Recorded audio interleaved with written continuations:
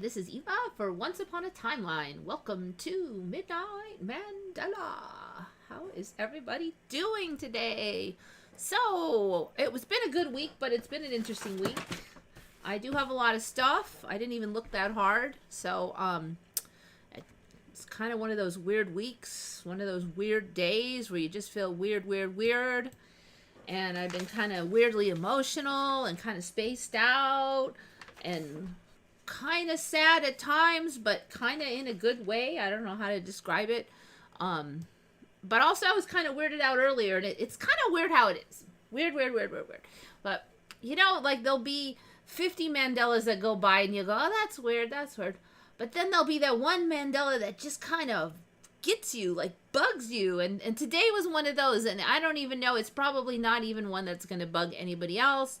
And it's, from what I'm kind of polling on people, it's not even one that a lot of people talk about or notice or see, but it is weird for me. So I'll get to that one in a couple. But just kind of perusing the messages here. A bunch of people back. I swear the ex-football player Deion Sanders was at death's door 2 weeks ago. Now he's coaching Colorado University. I can't help me on the football stuff, but I was half dead this week. You know, I did all right this week, but I do feel like I was like spacey, but I wasn't too tired. That was like 2 weeks ago I was dying. So this week I started a new exercise thing because my old one, UJAM Fitness, the teacher moved to another state. And there were no conveniently located alternative teachers for that. So I started doing Zumba instead, and I went to this one where there's different levels of Zumba, and you can do it pretty hardcore, or you can do it kind of easy, and I guess she's pretty hardcore. So I was like beat, like by the end of that. It's like it was a little more hardcore than I was used to. I felt like I was made out of like rubber or something. I was like beat. So I was really beat yesterday, but there was a reason for it. And that was only after the class. I'm just kind of glad that I'm not in too much pain today from muscle pain, but I do have, like, my back is really sore. I guess the back muscles were the lamest of the muscles, and the others have recovered. Michael Russum. Yeah, I don't think I remember seeing you here before, but welcome. Talking about somebody here on the chat saying that they're not here that much. Did you know that pearls are made when a parasite burrows into the oyster and then the oyster makes a shell around it? I thought it was a speck of debris that caused the pearls. I've never heard of it being a parasite. Like, it was an irritation that would cause it. There wasn't, all right. This was interesting. Let's look at this. Pearls. This should be an easy one to find on Wiki without too much. Pearls. Soft tissue of a living shell, or such as the pearls are often white. Yeah, formed when the mantle tissue of the mollusk is injured by a parasite, an attack of a fish, or another event that damages the external fragile rim of the shell of a mollusk. Okay, that does sound quite different. For me, it was always like a speck of debris, like dirt or something got in there, and it was an irritant. I've never heard of it being a parasite. I mean, I guess it doesn't preclude it being a parasite, but it just wasn't ever mentioned as a parasite. That, I would call that a Mandela. It has, for the longest time, it was always. All right. I'm writing that down. Parasites. So it used to be like a speck of debris kind of just got in there, like irritant. But it wasn't like the damage. What are they saying? The damage by the shell. It wasn't any shell damage before either.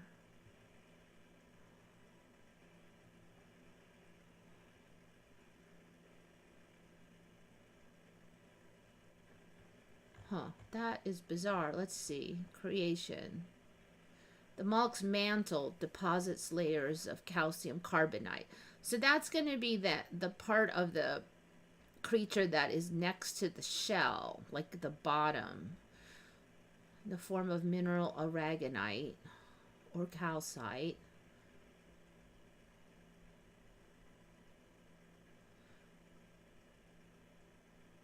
The commonly held belief that a grain of sand acts as the irritant is in fact rarely the case. No, that was the only thing. I actually studied this quite a bit at one point, because when I worked at the Indian store, we sold pearls, and I noticed that they were just like so cheap. Like we were getting strands of them for just dollars, and we'd resell them for like $4 or something and still make money. I'm like, how can they be so cheap? Because, you know, when I was a kid, you had a strand of pearls. That's why a strand of pearls was kind of valued by the wealthy class, because there were no cheap pearls. So, I mean, they almost shouldn't even bother making fake ones now, because the real ones are so cheap. So I was like, well, how do they make them so cheap? So I started researching it, and I researched the whole history of pearl making. Like how they developed, how they learned how to farm them and like that. And it was always, you know, they would inject they would literally inject a little grain of sand in there. And that's how they created them. Then later they said they would inject they would put in a little spherical bud, you know, plastic bud thing, so that when the pearl was formed, they would just form a thin layer of the pearl material, nacre as they call it, around, and it would be done really quick. They didn't want to wait for it to grow. So they would get it started in a nice big fat circle first. And that was another reason why they were so cheap, because those ones that you're getting are not, you know, they weren't grown from scratch. You know, they weren't grown from really tiny, but still, I mean, it was always a grain of sand or like a little irritant. So first it was a grain of sand, and then they would put a whole spherical thingy-majigger in there. So there was never anything about it being parasites. Organic material. So typical stimuli include organic material, parasites, or even damage that displaces mantle tissue to another part of the mollusk's body. These small particles or organisms gain entry when the shell valves are open for feeding or respiration. In cultured pearls, the irritant is typically introduced piece of mantle epithelium, with or without a spherical bead. Why would you do both? Mantle epithelium. I've never heard of that. Mantle epithelium? What in the heck?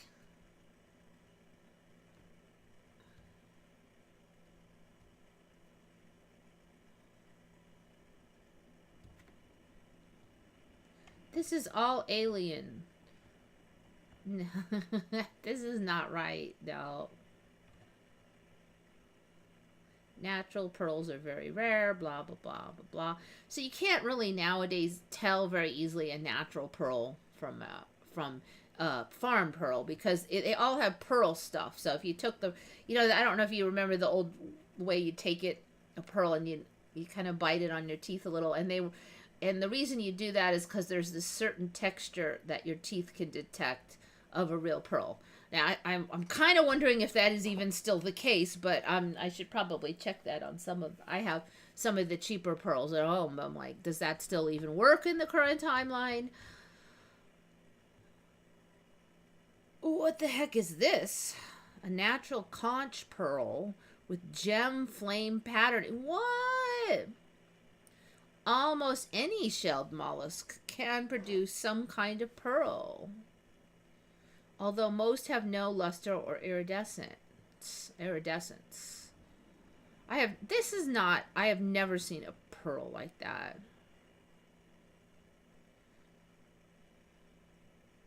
They're called, if they're not like nice, they're called calcareous concretions. A few species produce pearls that can be of interest as gemstones, including the Baylor shell mellow, the giant clam, Scallop species. Pen shells. Mabe pearls was unique to New Zealand waters and are commonly referred to as blue pearls. Or I have never heard of any of these. Pink. The conch pearl, sometimes referred to simply as the pink pearl. Alright, I guess that's it. That's really awesome. It looks like it's fairly large, too. I don't know. It looks like a giant cabochon, but maybe it's really only that big. I don't know. Gastropod pearls in orange, found in the horse conch. So there's all kind. This is not right. This is so not right. Conch pearls. Okay, I'm looking this up real quick. This is not right. Conch pearls. 8 millimeters. So 8 millimeters, that's like that big. Alright, conch pearl. Alright, let's see. What's the price of a conch pearl? On Etsy. Visit. $378. Okay, well they're not cheap, but still, I mean,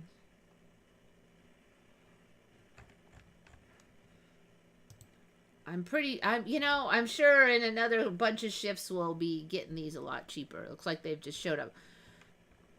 Quahog pearls. What the heck is a quahogs? A genus of edible saltwater clams.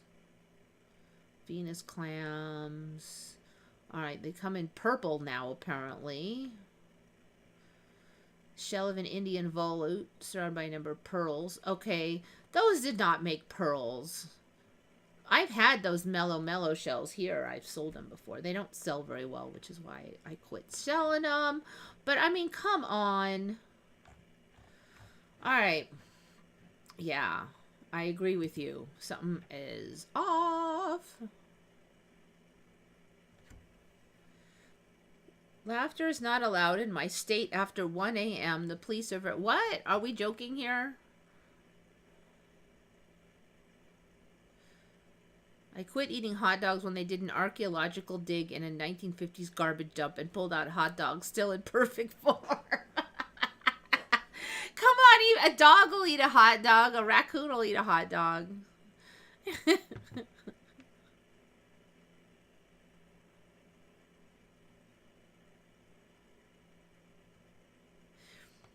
Yeah, so the new item that the ZD Door Church of Entheogenic Plants Dispensary will carry is DMT in disposable vape pen form.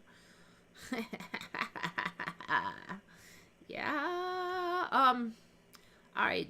For the person who said it'll fry your brain, I would not say the entheogens do that. I would definitely not partake every day. You need your brain to operate normally, but how do I say this? I don't feel like that's really what they do. Fry your brain. They do open up your brain. They open it up to a lot of stuff.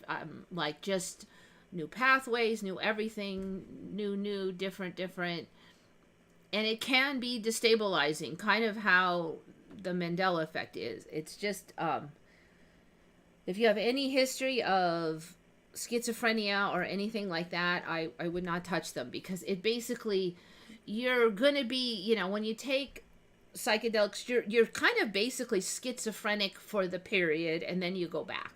And you can learn a lot from that. But if you already have a tendency that way, the destabilization, I would say, is very risky. If you want to come back to planet Earth and function on planet Earth, if you are kind of really a stick in the mud, set in your ways, maybe depressed type, really overly controlled type with no history of schizophrenia in you or your family, I think it can really help you a lot of the time, kind of loosen up a little and like that. But, like anything, there's dangers and there's benefits. Well, I would say not like anything, but with these, definitely, there's dangerous and there's benefits. So, like, but when people say I don't need drugs, I would say this though: I don't think that anybody on this earth can really reach the state that like magic mushrooms could put you in, as far as learning certain things. I mean, I don't think you can get there naturally.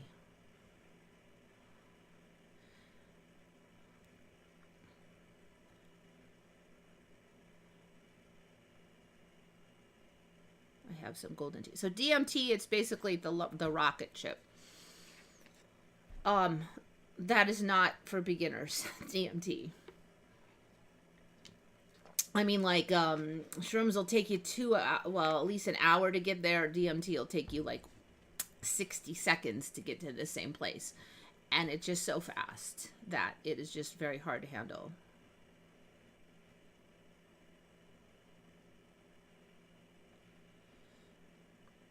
Calling it phallus envy, are you, instead of that other term? I know. It's like they had to call it that, right? I have not tried all those, but I am like, I kind of just, I'm on some of the subs and I just kind of research that a lot.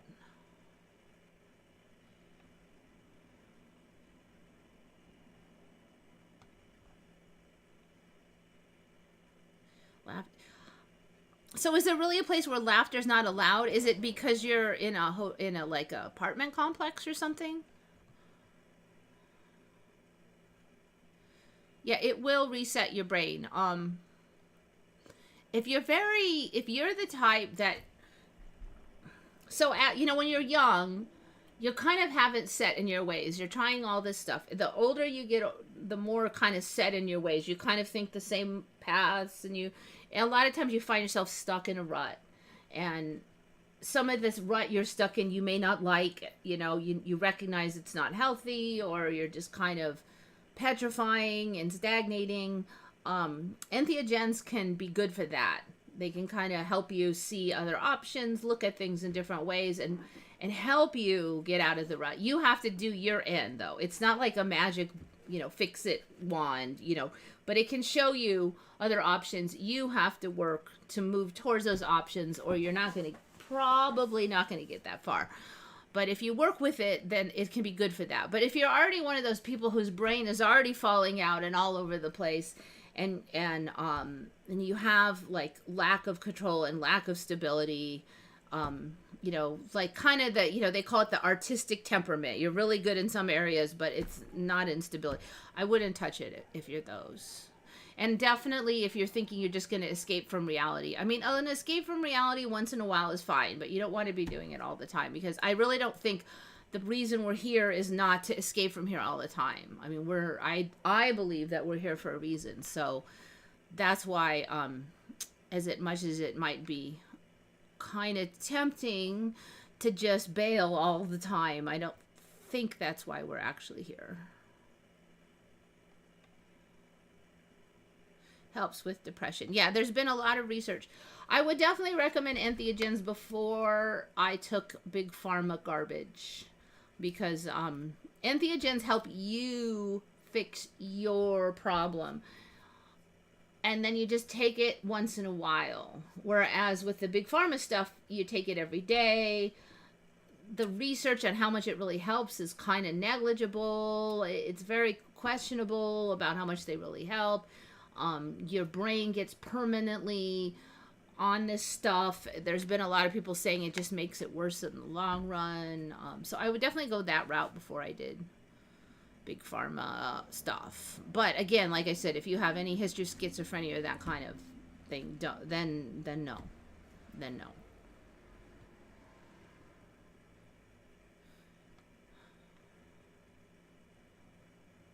What about near-death experience? Oh, DMT and near-death experience. Well, I've not had a near-death experience, so I don't know. So, I mean, like, somebody would have to have a near-death experience and then do the DMT to really tell. So, I don't know. I mean, definitely sometimes people feel like they died, but was that, I mean, you don't get a life review. Sometimes you feel like you're going down a tunnel. This is only if you do enough DMT. If you just do a little, it's not going to do that. You know, you're gonna have to like suck down enough to really go. And a lot of people just, you know, the brain goes, no, that's enough before you get there.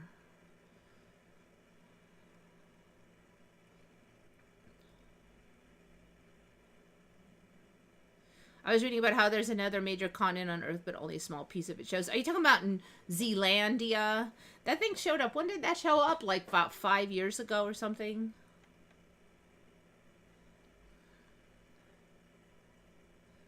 Okay, now you guys are talking about weed. I don't really do weed, so I don't, it doesn't do anything for me, so that is the main reason. I mean, I know people who smoke weed to like sleep. I still think it's probably better than like taking big pharma stuff, but ideally, you over time work to deal with your issues though. I mean, once in a while, okay, weed. If you're in an emergency, weed I think is better than a lot of things. But long term, I think it kind of blunts your initiative and thought processes and stuff. So I'd be very careful with doing that regularly.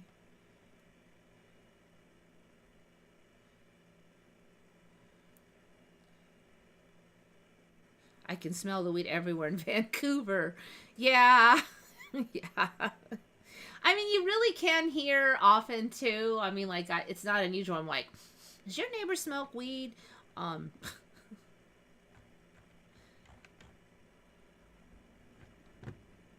so sometimes I have trouble sleeping. I've kind of worked out this. It's sort of related to meditation method, and so I use that usually. I think if whenever you can, I mean, try to get to the natural state. I think that's the point, is that we try to learn to not use the crutch long term. Okay, so what's going on? This one showed up. Just ran into this. You know, I really didn't look that long, but like I was kind of getting pelted with Mandelas, and I'm like, that's enough for the show, and my brain is kind of tired, so I just kind of stopped looking after this guy. But you know, I've gone through so many. It's been years and years now, and I'm like, did we actually do this one? I don't think I did any this bright. I do remember doing some kind of colored crayfish guy before, but I don't remember it being this bright. This looks fake. I mean, look, it looks fake. I know the green doesn't look excessively green, so I don't think it has been cranked up too much on, and it is a video. I was going to say the colors might be exaggerated, but so it's a crayfish, and it's one that they apparently are commonly kept as pets, like in freshwater aquariums. Now, I used to have a freshwater aquarium in the 90s, and there was nothing like this. I mean, there was nothing this colorful, freshwater. There was nothing. I would have loved to have one of these guys. There was nothing. I mean, little red crabs were the only crustaceans that you could really get. So, that thing looks fake as hell. Yes, it does. But apparently it is this. It is Procambarus aleni. Boink, which is this. The Everglades crayfish. Sometimes called the Florida crayfish, the blue crayfish, or the electric blue crayfish, or the sapphire crayfish, is a species of freshwater crayfish endemic to Florida. Range, blah, blah, blah, blah, Florida Keys, etc.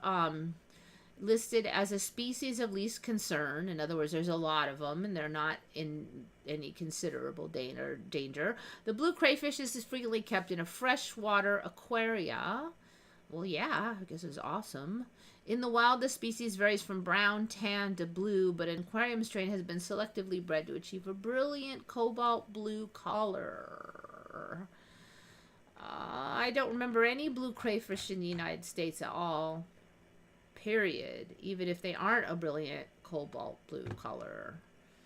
So, you know, some of these I'm like, well, did they just come out with these last year? I can't find anything about it being new. But there you go.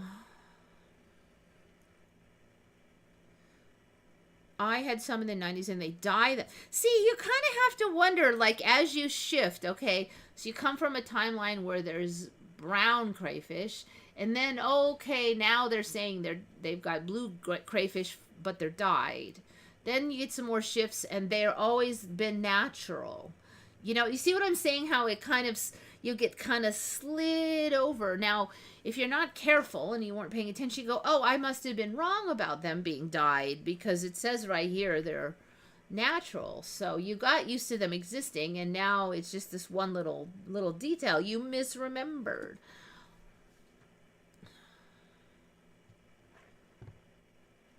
This dimension loves its brightly colored versions. Yep. And so, you know, it, like, if you, oh, this is in the, if they said, like, it's in the deep forests of Africa on one, you know, 10 square mile area, and you go, well, maybe that's why I didn't hear of it. But no, they're everywhere, and they're, like, in Florida and stuff. So, yeah, no. You were getting all kind of weird spiders by me, too. Like, this one has this, they used to, just first they were just kind of big, and then they slowly got some colors, and now there's this one that has this weird bumpy butt. Like it has, like, it goes like that. It doesn't have a normal butt, and we're starting to get these weird shaped ones, and that one showed up like 2 weeks ago. And it's weird because I'm on Nextdoor, so somebody'll say, what the heck is this? And then there'll be other people, oh yeah, those have been here forever. I'm like, no, they haven't. I've lived here for over 2 decades, and they weren't here.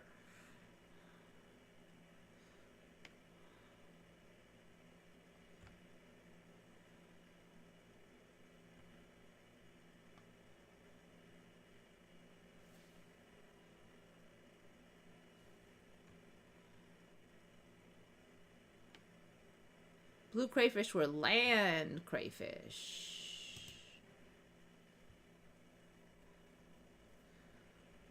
Okay, well, I don't know. Those all look like they're underwater. Let's see. This is interesting because it's a beautiful blue thing, and you've got one sentence here. It should not be confused with the burrowing Cambrius monoglanus, also known as the blue crayfish, native to Pennsylvania, Virginia, and West Virginia. That one apparently is a land one. At least they're showing it on land. So there's 2 now. See how sneaky they are? So you're probably thinking of that one. I do not believe I have ever had this land crayfish on, though. I didn't even know they made land crayfish. The only crayfish I've ever seen is in water. I mean, isn't it just like a crab then? Did they have like more legs or something if it's a crayfish? Looks like a crab. Okay, well, so it is. Alright, so speaking of blue, this thing showed up on Reddit. I think I've had this before, that I call baloney on all these fake looking auroras. Jupiter's auroras captured by the Hubble Space Telescope. This looks so fake. I mean, like, all the flat earthers are like rolling in their beds right now, laughing at how fake this looks. I mean, even in here, which this is just a regular bunch of people. It's not like the Flat Earth channel or anything. There's a whole bunch of people going, that looks fake. I don't know what to say. And the timeline has no imagination, or it's fake, or the whole world's a simulation. But this is basically the the auroras. Okay, so people are saying it's fake. So I kind of looked for it, like, okay, is this even legit? Because people are saying it looks like it's just CGI and stuff. I did find this, and you can see the pattern looks the same as this one. So I'm pretty sure this is the same. So it's using Hubble's ultraviolet capabilities. This is from 2016. So it's kind of weird because nobody on here seems to have ever seen it before. Nobody's going, oh, that's an old... Like, a lot of times if something's been on 50 times, there'll be a bunch of comments saying, oh, another repost, that's old, another repost. There's none of that. Now, I think I started saying, I don't remember all these weird auroras on other planets, like 5 years ago, but I don't think it was all the way back to 2016. So I feel like this one snuck back in time. So Hubble, I mean, Hubble's been up there how long? A long time. So it shouldn't be like news to me. It doesn't actually say how this thing was taken, this image. It doesn't say it's a CGI. It doesn't say it's a composite, but, you know, I don't know. It looks fake. But maybe the whole universe is fake. Maybe all of reality is fake.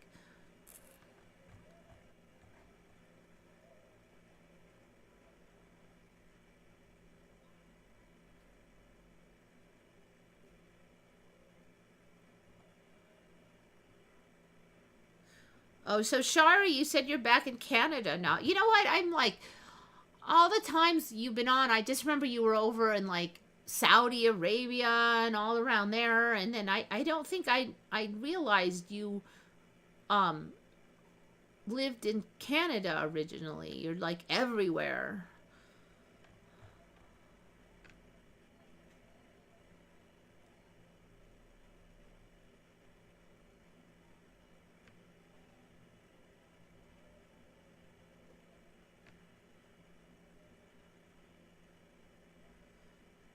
I've seen that Jupiter thing on, with my own eyes. Actually got a little of it on video.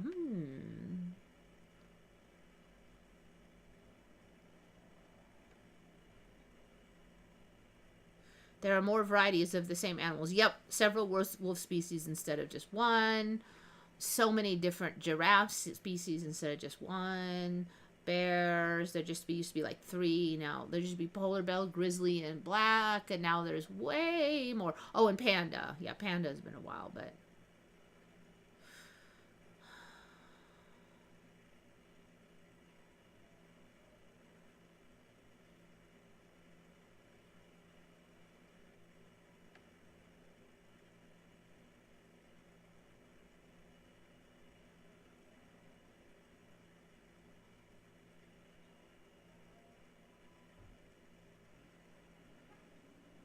something really happened to me 2 days ago. I was reading the letters of my husband wrote me when we were engaged, and between them was a letter from a German friend of him that sent to me. Oh, so you got a letter you don't remember. Yeah, you know, when you dig through your old stuff, there's been so many comments that people find stuff that are like, what? Bear dog with rabbit ears. Okay, let's check it out.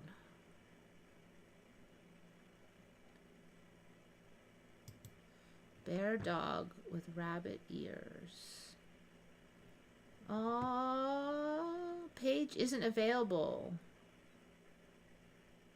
Not there. Is there like a boo-boo in that? Okay, message retracted. Anyway, yeah, I'll come back.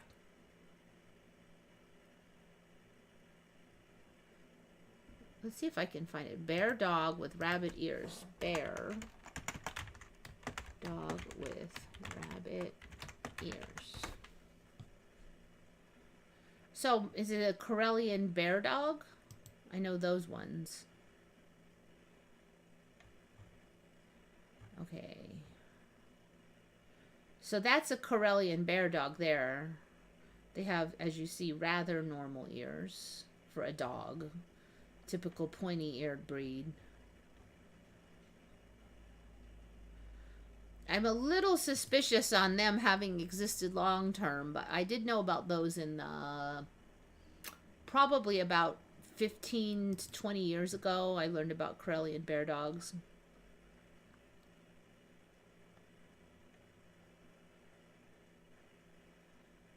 Alright, so we got auroras. Okay, this one, I don't know why this one bugs me so much.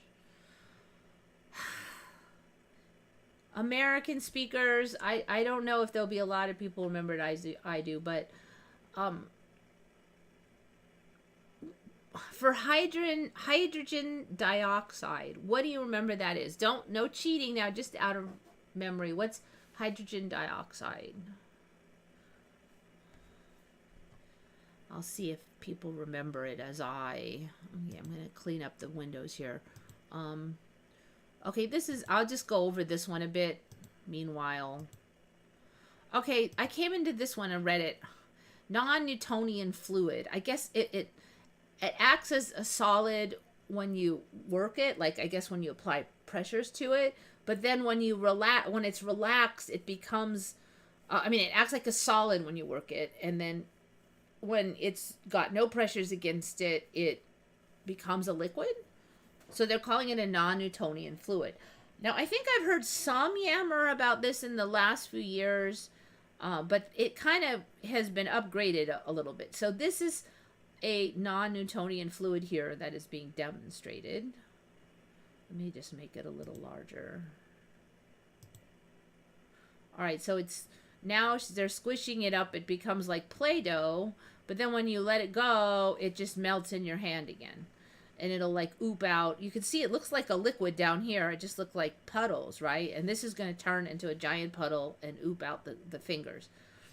And they're calling this a non-Newtonian fluid. But, okay, is this some exotic thing that you'll never touch? Well, apparently no. First of all, it's called oobleck, and I'll get to that. All right, so how do you make oobleck? All you need is apparently cornstarch and water. And you don't need to have a colorant, but they're adding a colorant to make it look fun. So you can make this non-Newtonian fluid that I just showed you is cornstarch and water. And you can see it's cornstarch colored, so they probably didn't even put the colorant in it. And there's it's 1 cup water to 1.5 to 2 cups cornstarch. I guess if it doesn't act quite right, you add a little more water or a little more cornstarch as you get there. You just ordinary, there's nothing fancy. It's ordinary mixing, okay? Ordinary. So apparently this is some famous experiments that they do in school. I have absolutely never heard of it. So oobleck is a non-Newtonian fluid that acts like a liquid when being poured, but like a solid when force is acting on it. You can grab it and then it will ooze out of your hands, make enough oobleck, and you can even walk on it. Okay, so oobleck. So it's named after Dr. Seuss thing, and I'm like, what Dr. Seuss thing? So, it's like, today is just one of these days where I don't recognize anything. So I'm like, oobleck gets its name from Dr. Seuss's book Bartholomew and the Oobleck. And I'm like, what? I read every Dr. Seuss book 500 times when I was a kid. I love Dr. Seuss. I loved it. And I don't remember ever hearing about Bartholomew and the Oobleck. I'm like, so this is the book. Let me see. There's a bunch of noise. I'm at work. I'm going to be right back. Let's see what that noise is. Yeah, I'm going to shut the door. I was opening it so that we could get some air, but it's getting really noisy.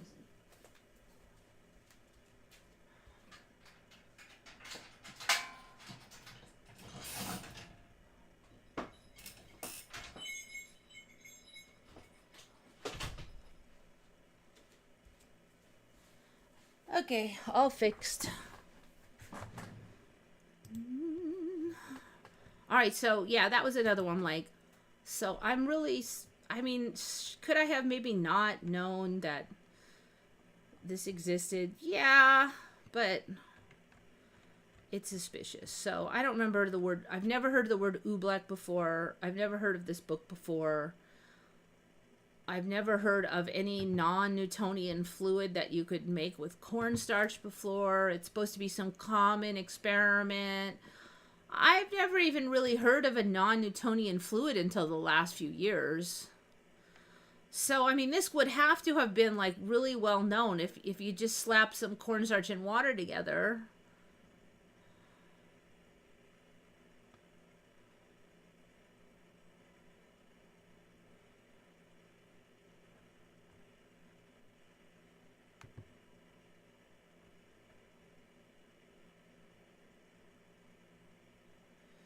Pancake mix in reverse.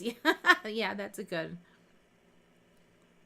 I've made a million Play. See, yeah, I'm like, that's just Play-Doh. Wouldn't you just accidentally make a non-Newtonian, like, lots of times?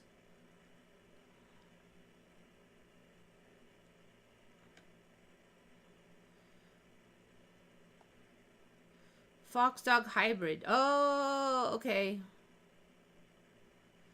Are we already jumping ahead to, oh, okay, yeah. I had already asked that question. Let me just check this fox dog hybrid thing. Yeah, I don't recall there ever being that. I guess it's not that weird that that would be possible, but I don't think I had that as one of my lists of possible beasts. And I've certainly never heard of one existing, and if it's doable, it shouldn't be that rare. I mean, there's certainly a lot of areas where foxes run around and people have pet dogs. A dog has successfully bred with a fox in a rare scientific discovery from Brazil.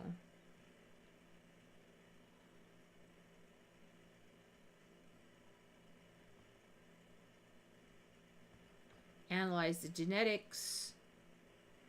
She died this year of unknown causes. Well, of course she did.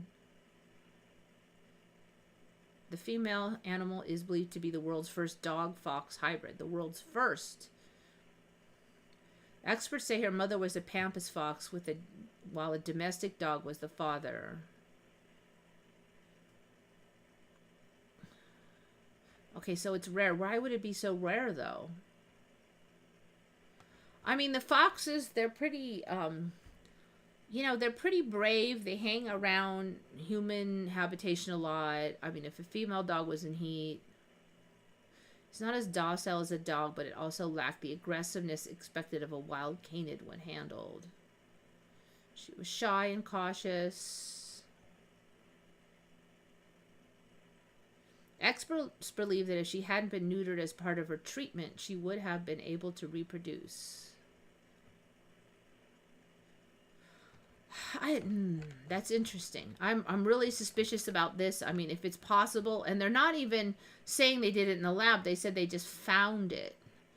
So, I mean, considering all the crazy stuff that they do experiment with in the lab, you'd think that this would have been created already, especially if you don't need any fancy techniques other than nature. And we've certainly seen that foxes now can be very friendly. I mean, people have pet foxes all over YouTube. That didn't used to be a thing.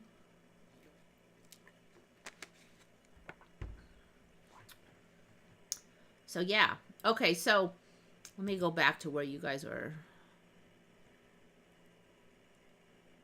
Something plus water.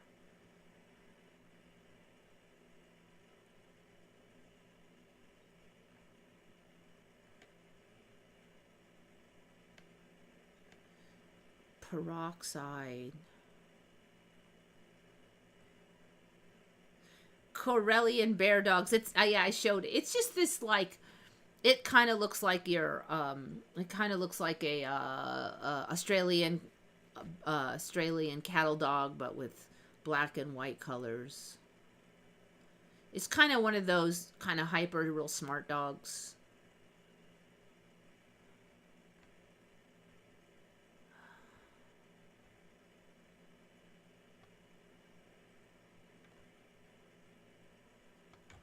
All right, so nobody remembers hydrogen dioxide. Yeah, I'm kind of sad because, okay.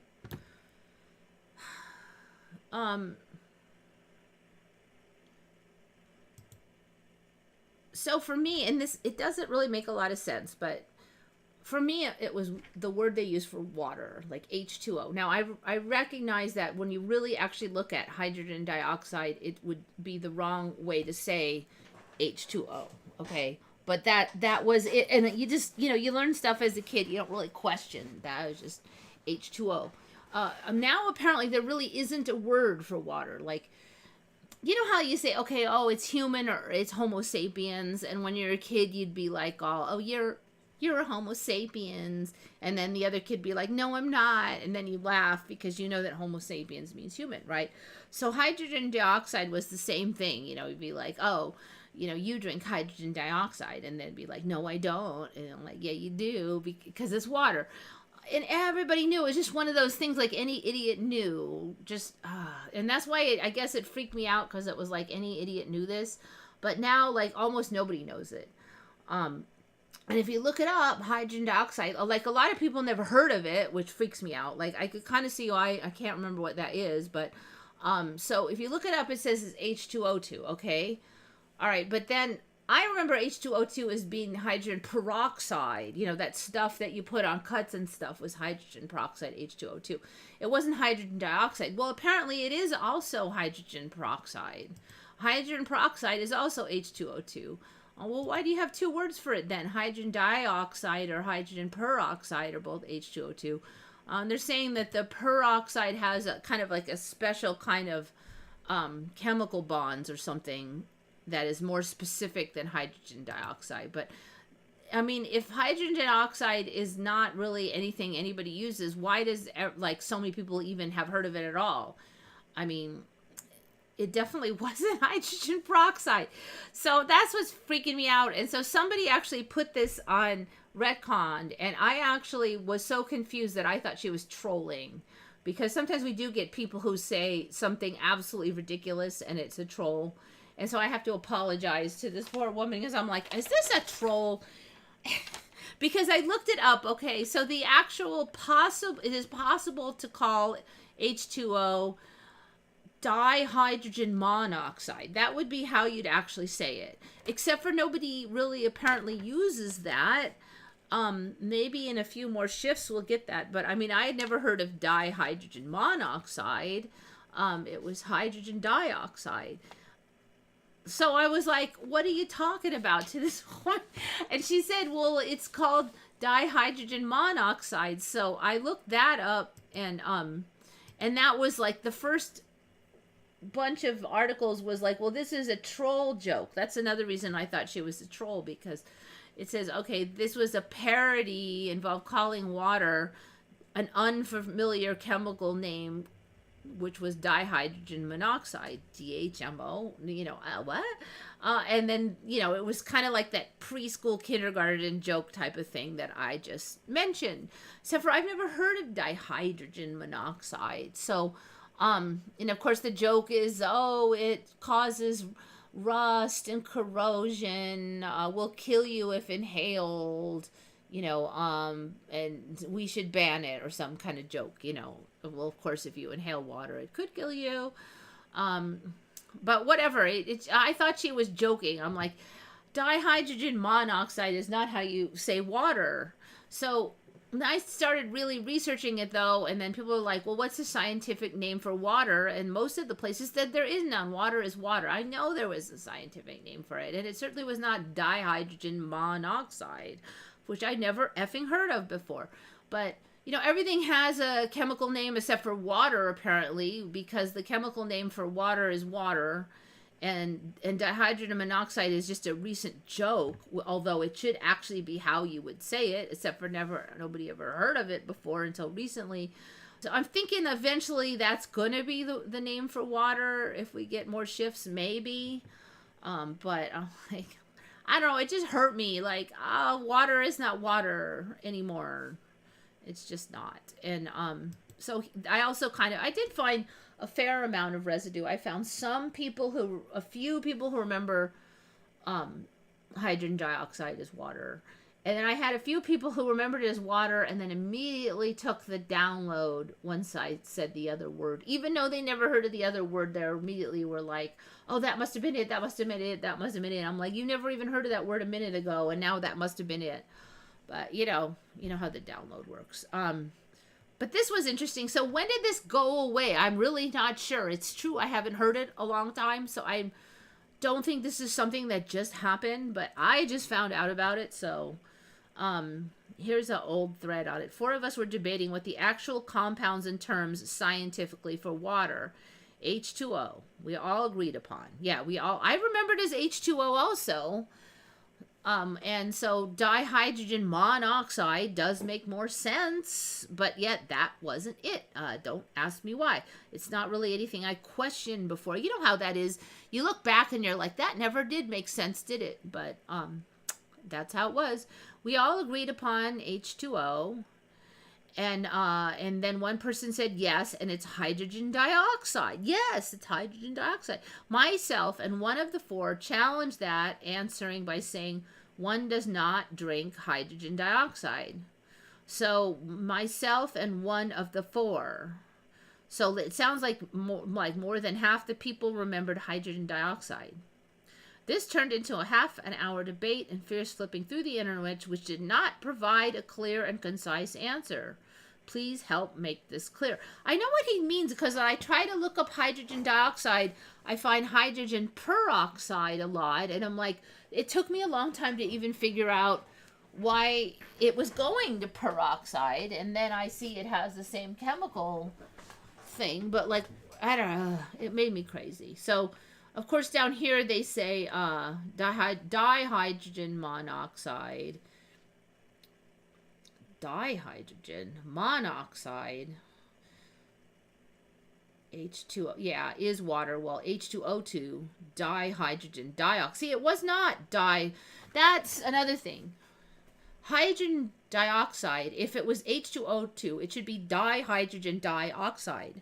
It shouldn't be hydrogen dioxide. It should be dihydrogen dioxide if it's H2O. So that doesn't make sense either. It doesn't make sense as H2O2.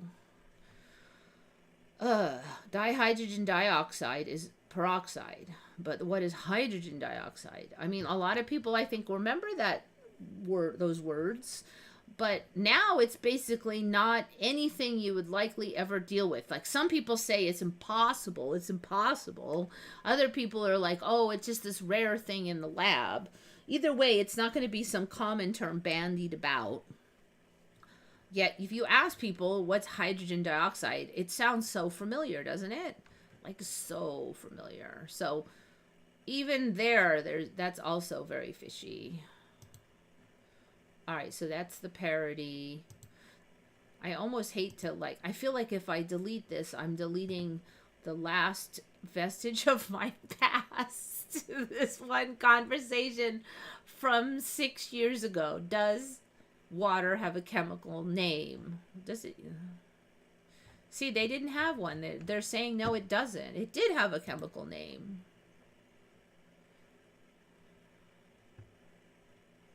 H2O2 is food grade peroxide. But they're also saying hydrogen dioxide is also H2O2. See? So, yeah, H2O2 was... I don't know. I'm just...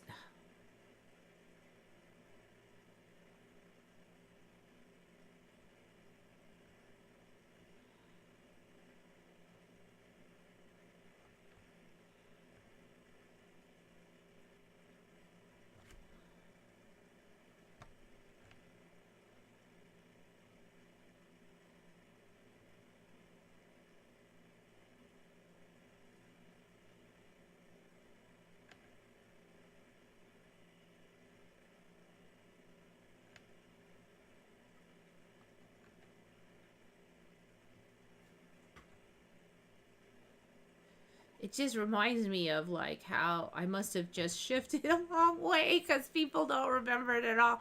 But it's like Antarctica as the continent. Not many people remember it anymore. It's gone. And just the fact that so few people remember it makes me suspect that it did change a long time, and I just didn't notice.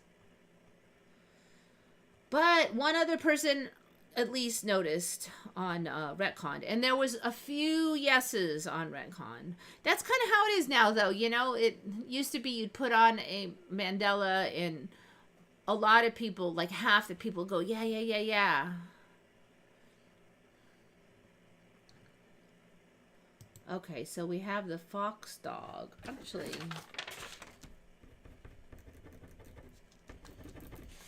come on, pen. There we go.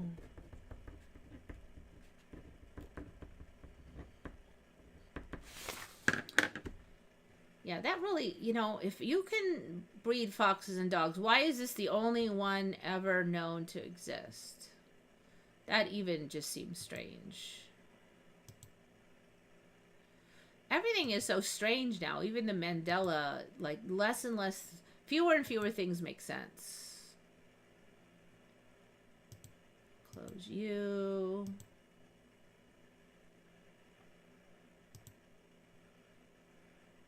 you... Okay, so that was... who is this nice person who discovered this? That was user on Redcon named Charlie Allright. At least that is the username. Very good find, Charlie Allright. Although it freaks me out. I think it especially freaks me out because very few people remember it, and it was one of those things like everybody knew. Everybody knew that, and when everybody knew something and it's gone, somehow that just bugs me more. Especially if I'm the only one who remembers it, or I'm close to the only one. So I'm glad that at least Charlie Allright and a few others on Retcon remembered it. It's like one of these, when these things happen, I feel like in 5 years they'll go, don't you remember 7-Eleven? And everybody's like, no, it's always been 9-11, named after the famous accident or something. I'm like, what? No, 7-Eleven's where you buy food. They're like, no, that was 9/11. You know, it just like, it just freaks me out. Okay, so this one was found, I believe, by Mark Tyus. Correct? Yes. Mark Tyus found a couple of them. So, my friend does like to cut glass and make weird stuff. And I was actually looking at how to do it only a few years ago. And there was only one way that ever came up. And then a couple months ago, I found that, like, I think it was Mark Tyus who actually found it. It was one of you guys found that thing where you hold it, assuming this was a glass bottle, and you fill it to right here, and then you pound it, and somehow suddenly squashing the air causes the bottom to pop out, basically. So it looked a little tiring because you have to get the timing just right and stuff. Well, that was that. I'm like, okay, I'm really suspicious that never showed up because I was trying to find like easiest ways to cut bottles because, you know, I'm lazy. Okay. That never showed up, but now there's another one. And this is like, so you do have to kind of score the glass a little bit, but if you get those little, there's like it's a little pen thing and it has just a little scraper thing and you just scrape the glass where you want to cut it. Now, if you're really good and you scrape it really good, if it's a flat piece, then you can put it like on the edge and just kind of smack it off. But, you know, you risk it like shattering in the wrong way or something. So you do have to score this. But basically you just use hot and cold water here. So what he does is he gets water, not totally boiling, but really close. I guess if you get it totally boiling, you risk just exploding the bottle. But he gets really close to boiling water and he pours it. Okay, and then he gets just cold tap water. It's not even ice water, just tap water out of the tap. And then so you roll the bottle under it, the hot water, then you roll it under the cold water, and then he looks at it, and I guess he can see the crack then after that goes all the way through where he had scored it. And then he puts a little more hot water on it, and it just comes apart. I don't think you could do this before. Things are just different now. So this is the last stage where he pops it apart. And this is hot water. But it's not like hot. Like he's not burning his hand or anything. There. Do I have it set so you could hear that? I don't think I did have it set. Let me see if I can. There. I think you could hear it now. Changing the settings. It might be loud. I'm not sure how loud this is. Oh. There. So it just popped. Now I'm going to turn off the sound. See? So he just split it. And this is a score line. He had scored it lightly all the way around. So in order to score it really straight, he made this contraption so he could get the scrape line very clean. But you don't have to do that. He's just doing that so when he's done, the cut will be very even. But if you didn't, it would just be, you know, kind of wavy instead. So this is just for aesthetics. It's not necessary for the thing to work. So most of the video, how to cut glass bottles using hot and cold water by ABC Upcycling, is the contraption to score it really evenly. Let me see if he shows the score thing. But this is kind of cool though. I mean, if you want to like have So this little boobah here that almost just looks like a can opener. Where is that thing? There, that is it. And this is like the little scrapey thing that scores or scrapes it. All right, so then he's got hot water over here. And here he is pouring the hot water. You can see that he kind of spins it a little around and around and around. But, you know, that hot water's touching him. And he's not being burnt. And I swear it's so hard to get burnt now. Like I'll cook something on the pan, and 30 seconds later, you could touch the pan without getting burnt. I mean, I don't know what it is about either human skin or temperatures or something, but you can't even keep food hot. Getting it into the kitchen, out onto the dinner table, it's cold already. It's crazy. Okay, so then he does the same thing under some water here. And he kind of rolls it a little under the water. Okay, and this is just ordinary tap water. That's kind of cold.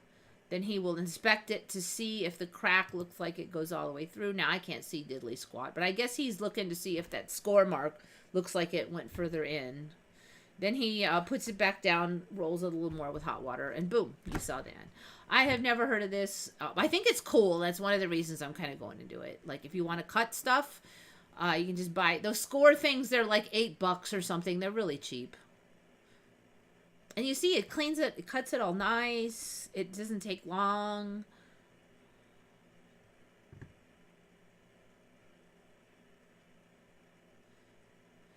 I cannot see the... Oh, okay, sorry. Oh, yeah, my image is pretty large, isn't it? Let me change that.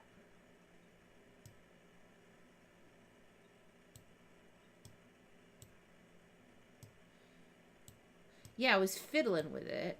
I think I need to get more over here. Yep, there we go. Nope, not that. Come on, grab the right one. There we go. There. Sorry. I'm not that exciting that needs to be that big. All right. I'm fiddling with the OBS Studios now. If I move this over a little, that helps also. Yep. Okay. Oh, I forgot to fix that. I was like playing around with stuff. All right, so we got that. Oobleck is gone. Oobleck. What was this one? Oh, that was that. Glass bottles cut.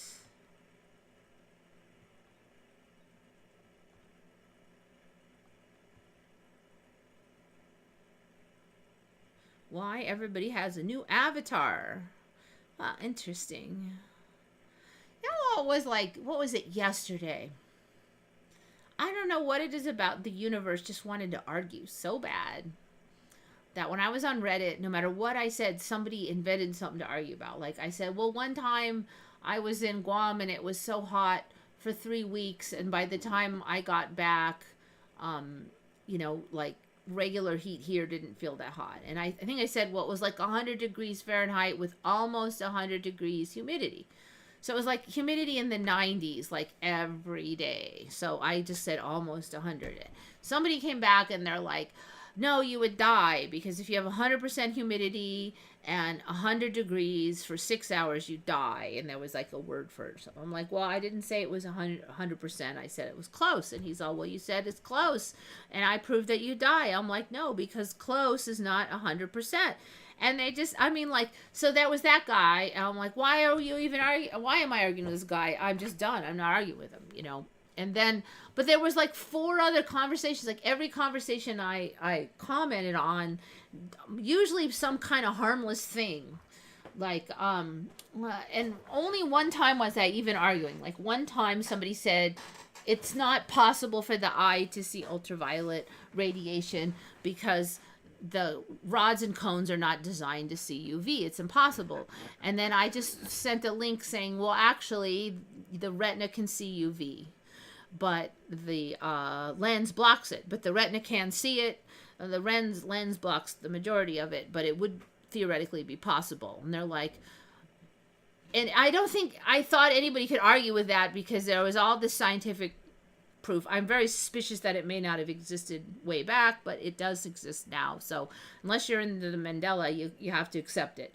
But they still were arguing with me. Well, oh, why are you even bringing it up when it's so rare? And I'm like, because you said it was impossible. And my point is it's possible. Even if it's rare, it's possible. It was like, well, you shouldn't even bring it up, blah, blah. And I'm like, why is every argument going like this? Like yesterday, every argument was like this. Like, this is, who even would argue to this nitpicky detail?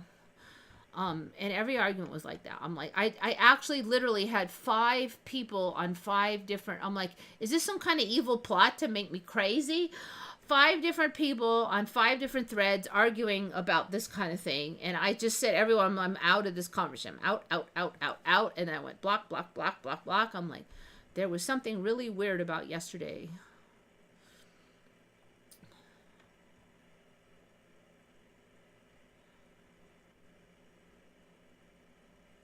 We're going to be like Riddick and get our eyes shined. I don't think I watched that show. I just assume they're teenagers. I don't know. I mean, I get that sometimes, but I didn't usually get it like, yeah, it does remind me of when I was in like, you know, when you're like in 2nd grade and females might remember this, but like, the boys in 2nd grade, and I don't know if it's still like this, but back in the 70s, it was like the boys were all just starting to kind of develop a little, and they just wanted to act like they knew everything, you know? So they're always like, I knew that, and argue about all this petty little stuff, trying to look like they knew stuff, you know? And you look back on it like, that was silly. And I'm sure most of them grew up and look back and realize it was silly, but like that is how those conversations were, that it was like that.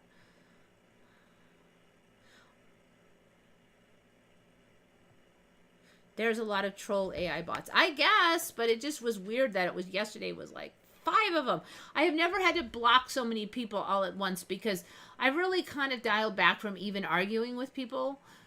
And there was like nothing to actually really even argue. Like one time it was really hot in Guam. Somehow they turned that into an argument. You know, it's like, what?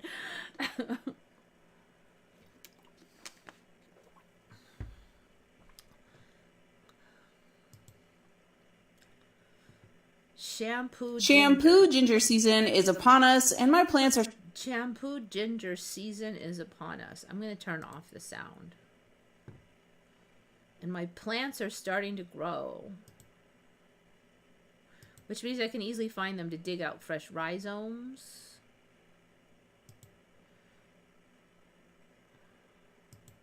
I have them back in stock. Shampoo ginger rhizomes. Grow your own natural shampoo and hair moisturizer. This tropical ginger plant from Hawaii, also called awapuhi. This plant is non-toxic to both humans and pets. Okay, so rhizomes are like fat roots. So plants that grow by rhizomes are kind of neat because she can just send me a root if I wanted it. And you just jam that root into the ground, and then it's a chunky root. So rhizomes, like, they can sprout. The whole plant can sprout from the root, basically. It's like a root seed combo.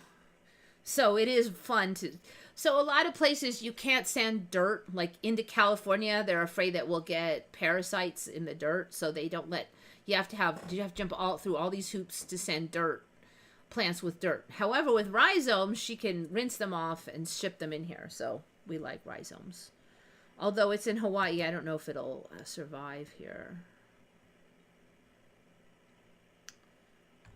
Okay, so she's making shampoo by just squeezing it out.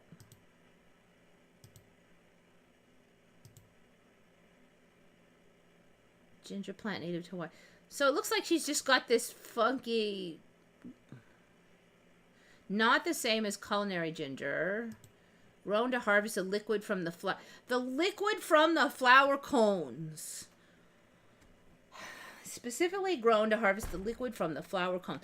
I don't think I've ever even heard of like juicy flowers before that you could harvest a bunch of liquid from the flower cones. which is used in all natural shampoo and moisturizing hair treatments. Oh, they refill with more. That's interesting. Go back, go back. She said that they, once harvested, these cones do refill with more liquid. That's interesting. I've never heard of this business. These only bloom during the summer. So no shampoo for you. A neat little trick is to preserve the liquid by freezing them in ice cube trays. Okay. So I guess you can't just bottle it and not freeze it?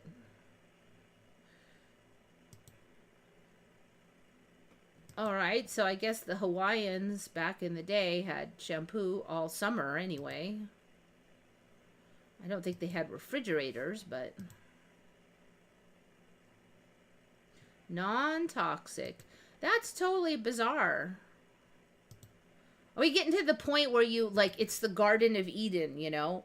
All this stuff just grows. You just eat fruit and bugs. And, like, mushrooms taste like steaks and cheese now.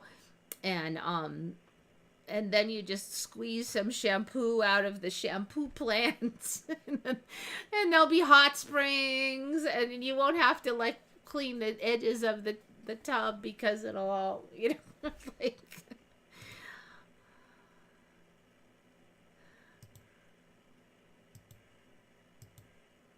Huh. All right. Ginger rhizomes. That's interesting. I'm going to have to check into that on what its tolerance is. That's a new ginger for me. This chat is so bizarre to me because here I am eating candied ginger. Yeah, she said it's not related to the ginger, but still.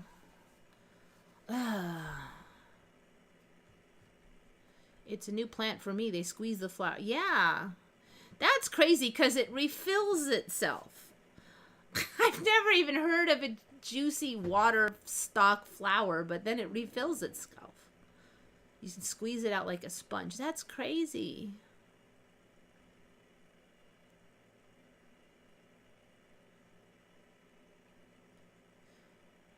Yeah, I agree. The colored waters things, that's been slowly incubating, but it wasn't there like 10 years ago.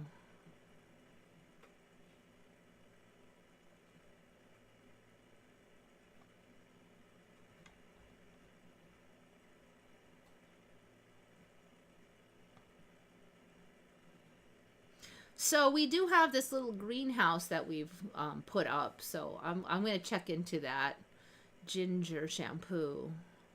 Wasn't this plant covered wheat last week? No. Shari says, Sapioid says, yes? Wait, I hope you're not saying to Wes that it was covered last week, because I swear I did not cover this last week.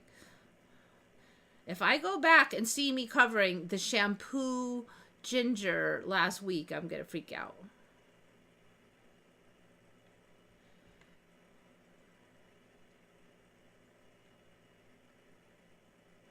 It was not there last week. Okay. I don't know. Do we have like we must have had a bunch of shift, like everybody was tired and stuff a week or two ago and before, because now there's all these weird Mandelas. And like I said, I barely even was looking and they were like rolling out of the sky.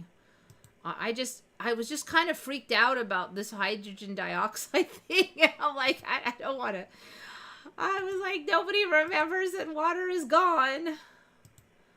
Water doesn't have a scientific name. Well, what? Okay. Let's see what else I have. Okay, we got that. Blue crayfish. Ooh, black. Might save that one. Okay, what is that thumbnail? I have never heard of this despite living here all this time. And I can't swear this wasn't here, but it just seems really strange. And this is another one that Mark Tyus found, so thank you.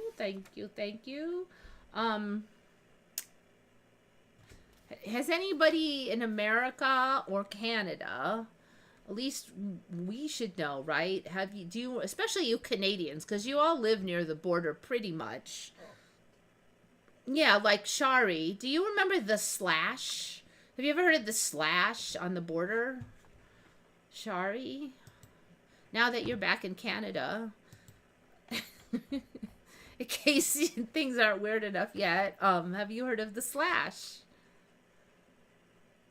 That reservoir had clear water for me the first 59 years of my life. Yeah, I know. There's a lake here that had regular clear water and pink salt crystals, but it didn't have pink water. Now it has pink water. Yeah, the slash.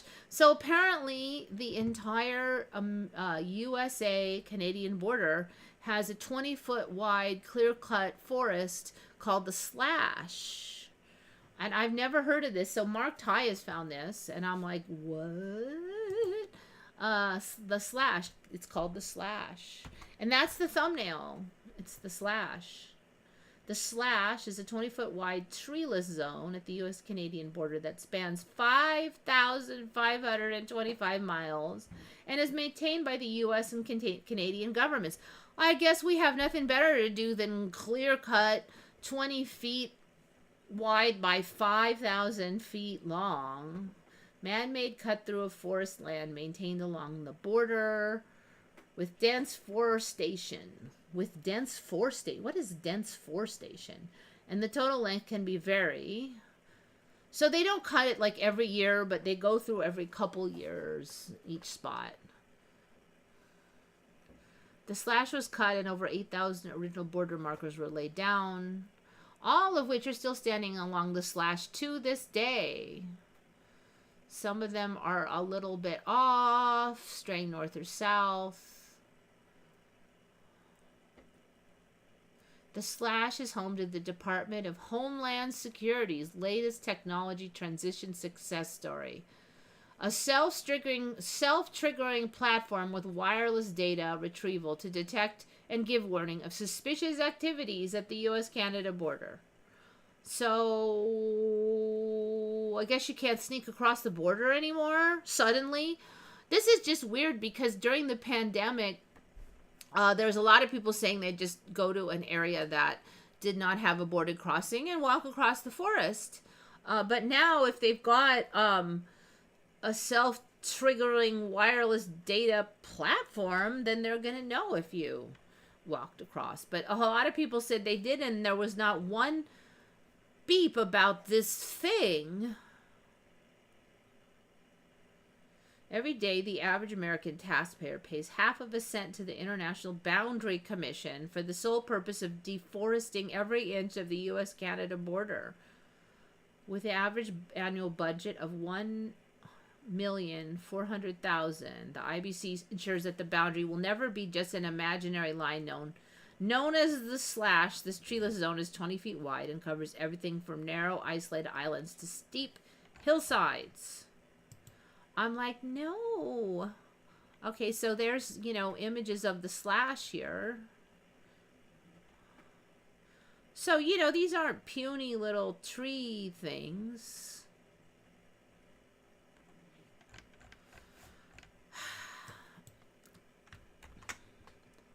I mean, it just gets weirder because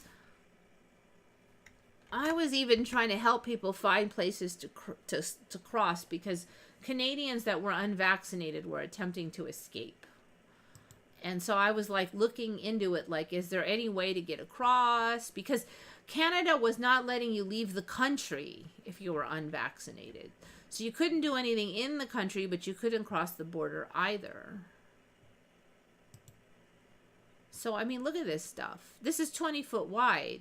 So this isn't little grass. This is, trees probably going red from... There's a more realistic look of it.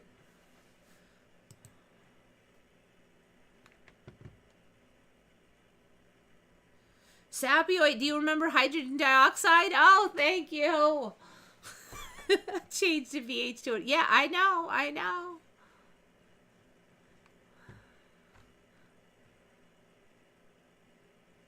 Colorado is under Canada. I know all of those really switched around.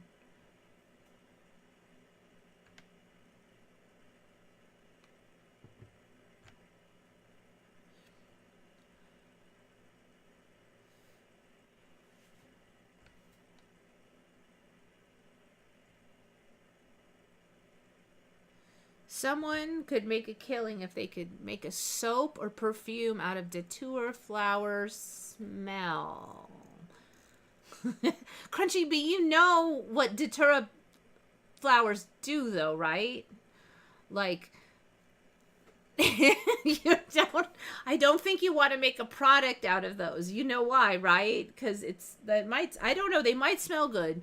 Frankly, I don't really feel that they have that strong a smell, but maybe I'm looking at the wild ones instead of the cultivated ones. Even the wild ones are beautiful. Oh, so Shari doesn't remember the slash.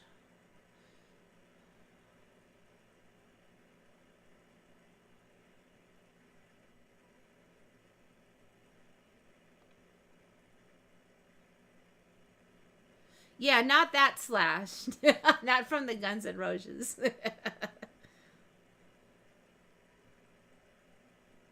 Yeah, their seeds are very psychoactive. Datura seeds are very, and they are, unlike some entheogens, they can kill you. So, like, magic mushrooms, I don't think anybody's ever died from magic mushrooms unless they, like, freaked out and ran in front of a car or something, you know?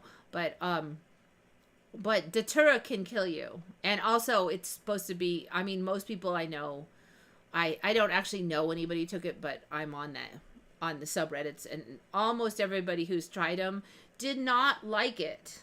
Because, like, if you eat magic mushrooms, like a moderate amount, you remember you ate magic mushrooms. And so when you see weird stuff, you go, okay, I'm seeing that because I ate magic mushrooms. Okay, it's probably not there.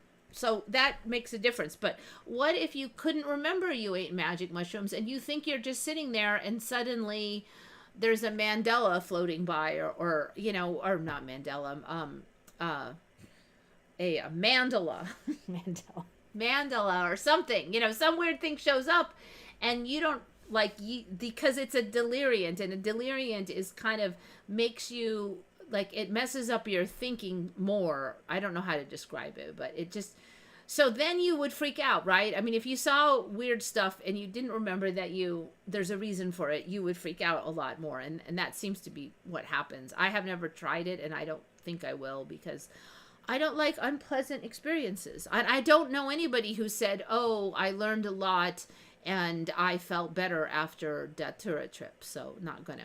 Also, approximately 100 seeds, and I'm not sure, but I don't think the seeds are that big, but if that, it can kill you. So there is a danger there too, unlike some of the others. I mean, not saying everything is 150% safe, but shrooms are like, you know, the risk factor is so minimal compared to, say, datura or some of the other less entheogen, like MDMA can be toxic. Obviously, the stimulants, opiates, blah blah blah. Plus, there's the addiction factor. Although I've never heard of anybody getting addicted to datura, because most people are like, "Hell no, I'll never do that again." That's the usual response for datura. You know, my image still looks so big on here. Am I I'm way back here. It's like this thing does not run at the speed of everything else. Yeah, okay, I did get smaller. All right, there we go.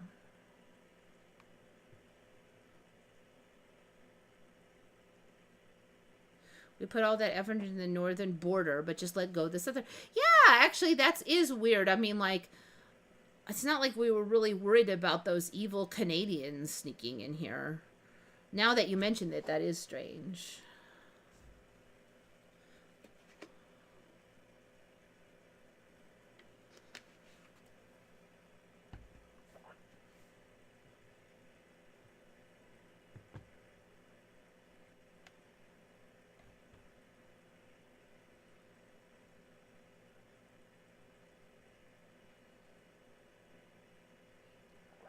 Development that makes detectable extraterrestrial life exceedingly rare.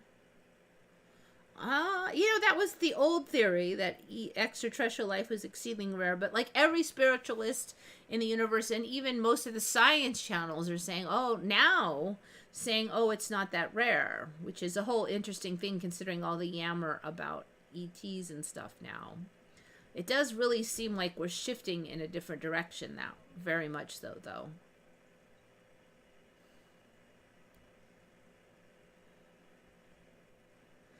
It's yeah. You know what? That's right. Are we gonna get?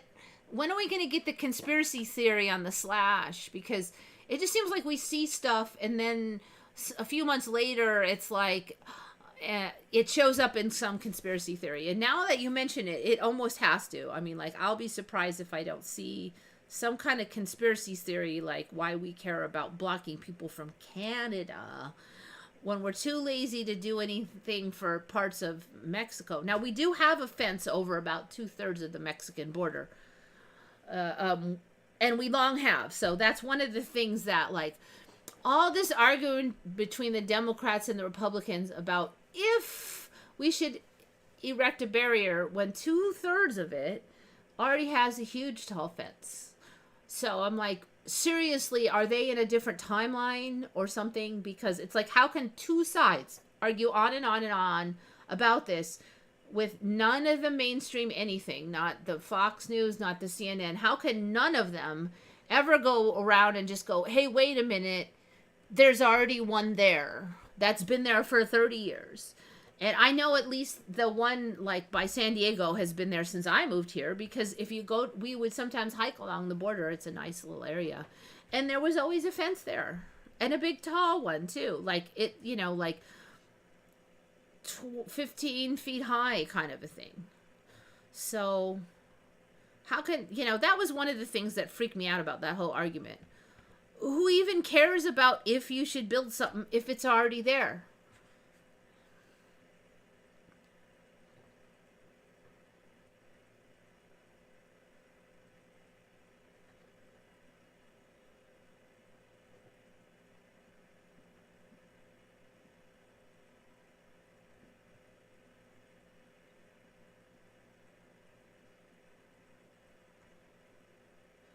All right, Super Mario Brothers 3. This thing about Sinbad, I literally do not know if you're joking or not. It's impossible to tell anymore. Have you covered that 60% of elephants are now born with no tusks?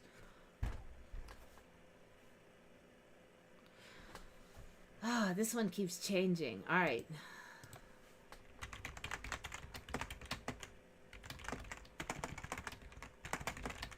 All right, so the last thing I had on was females are born with tusks, at least they were, and that's not what I remembered, only the males had them. And the males' tusks got a lot longer. Now, I have heard in the past that they were saying that due to poaching, there was a few that didn't have tusks naturally, and those were not poached, and then they went on to survive to produce offspring, and so more of them were being born without tusks, and that was blamed on poaching and survival of the fittest being ones without tusks, in this case due to poaching. But what was weird was that I don't remember females having tusks, and the male tusks had gotten so long, like ridiculously long, and then the female tusks had gotten to the length where the male tusks used to be. So now I guess they can fear porn that 60% of elephants are born without tusks, but you have twice as many animals with tusks because the females have them now. Between 1972 and 2000, elephants born without tusks tripled in numbers, with 51% of females having no tusks. Well, see, that's 49% more females that had it in my old timeline. The tuskless trait has become more prevalent in the population as females born without tusks are more likely to survive and reproduce. Okay, so it's only 51% of females without tusks. Which, like I said, see, this is an example of the fear porn that I get. Oh no, half the females don't have tusks. None of them had tusks before. None of them. So there's actually twice as many. There's like way more that have tusks now. But we're told that it's depleting. So again, it's opposite land. Welcome to opposite land. Whatever is fear porn, the opposite is true, it seems like. We're saying that all the animals are depleting, but we're getting more animals. All right, I think I have to scoot over. I'm falling off the window. Let's see. I thought about Vancouver as where I would live. So for me, Vancouver used to be out in the ocean. It wasn't smashed into the top half of the United States like a giant splinter. I would not live in Canada now, though, because I just am not obedient enough to live there. I used to think it'd be great to live in Canada, but not anymore.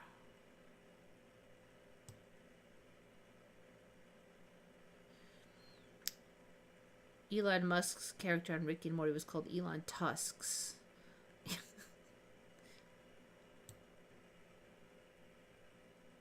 Scorpion fly. Is that one that looks like a giant scorpion? I think we've had that on, scorpion fly. You know, I'm sitting here trying to type like this. I can bring the keyboard over. I have all this space. Okay. What a concept. Yes, I believe we've had these little beasts on about 6 months ago. So they look like super icky, creepy I don't think it was scorpion fly, was it? It was, wasp fly or something. But they have this, I guess maybe it was scorpion fly. I do remember they had this curly butt, and it looks like it's gonna sting you. Insect scorpion on ordinary leaf. They are yucky. I'm quite sure it was these, though. But it was these ones with the curly butt, not this one. It's interesting because there's this other one showing up now. It doesn't have a curly butt. Male scorpion fly. Are the males different from the females now, or what? With motley wings.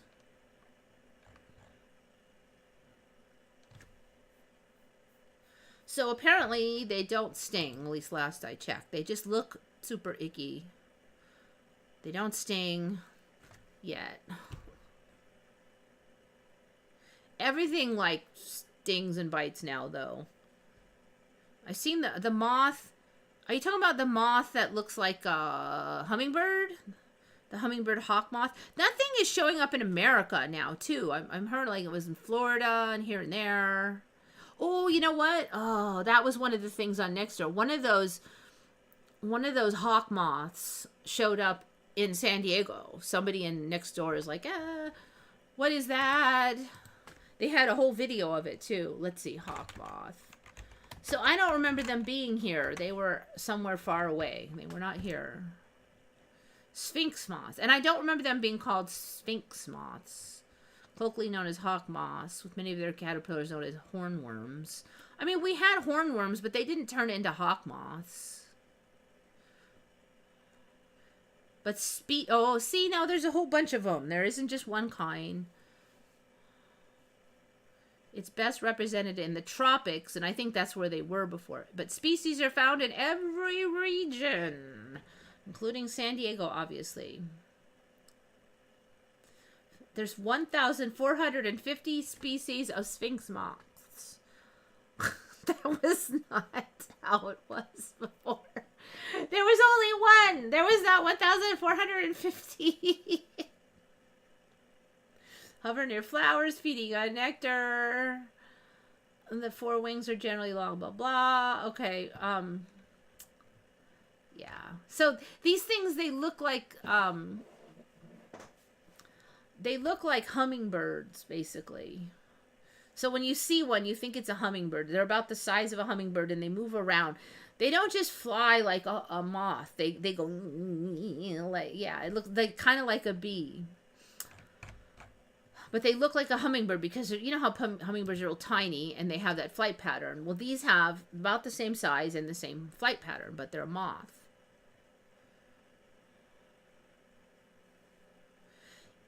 Yeah, so I guess that, like, on those scorpion bees or whatever, those are not stingers. They're just supposed to be for mating.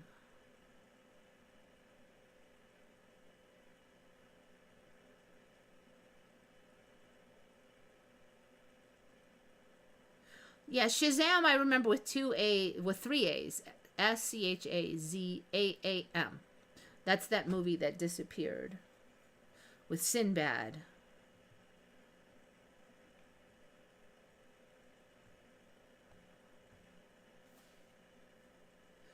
You just started seeing them. So yeah, somebody saw one here like last week, and they'd never seen it before.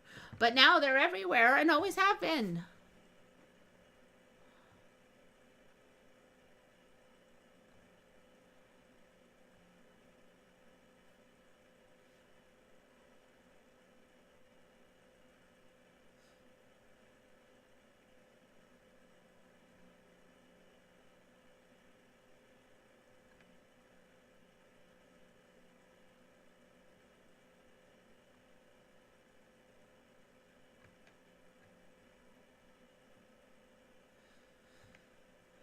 Okay, so that scorpion fly is not actually a scorpion, just so you know. It just looks like a scorpion. All right, let's see. I got 20 minutes.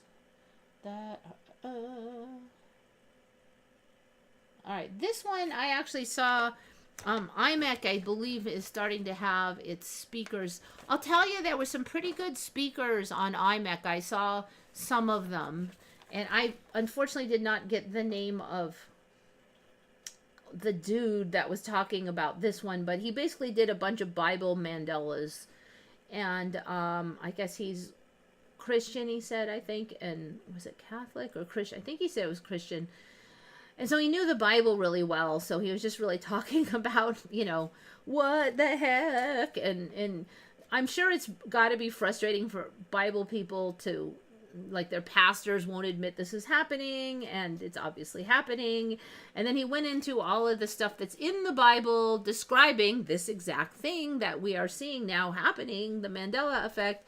Now, I'm not sure if all that stuff was actually in the Bible before, but it is now, and it describes the Mandela effect. And one of the ones he did say that, I guess there's been a lot of name changes, but the one that really got me, and, you know, the good old King James Bible has all the weird in it, and I don't think I've talked about this in a long time, but Nebuchadnezzar was always Nebuchadnezzar for me, but apparently in the King James Bible it's now Nebuchadrezzar. And I'm like, I just feel like that we're getting trolled, you know? I really do. Nebuchadrezzar. So apparently Nebuchadnezzar is Nebuchadrezzar in the King James. So I just wanted to add that one in. Oh yeah, one other weird thing I'm looking at my hand right now. So, let's see if I can. So, let's see. I got to make sure you can see it. All right, here. I just noticed this on my hand. Right here. This fold. What is this? I don't remember. This fold that's right here, this one and this one, there's basically this chunk of meat, and even when I kind of stretch out my hand, it's still there. You can see it right here, this giant thing. I guess all you palm readers can now read my palm. Well, this is the left hand, so it's not the right one, but there's this big chunky fold of stuff there, like skin, I guess. And I just was looking at both of my hands have it, the right hand too, and I'm like, what? That was not on there. So wasn't.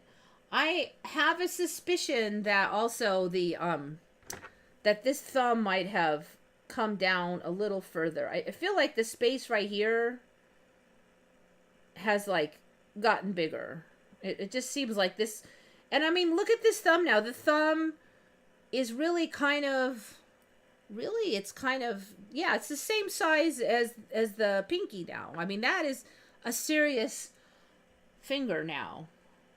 I mean, the thumb used to be like this lesser thing. Like it was the smallest before, and now it is the same as I don't know. There's something going on with the hands. And I have a feeling that little scrap of flap there might be due to the thumb moving down a little bit, and it still seems like it's a little bit longer. Okay, so I got that one. It's through. Almost done. I'm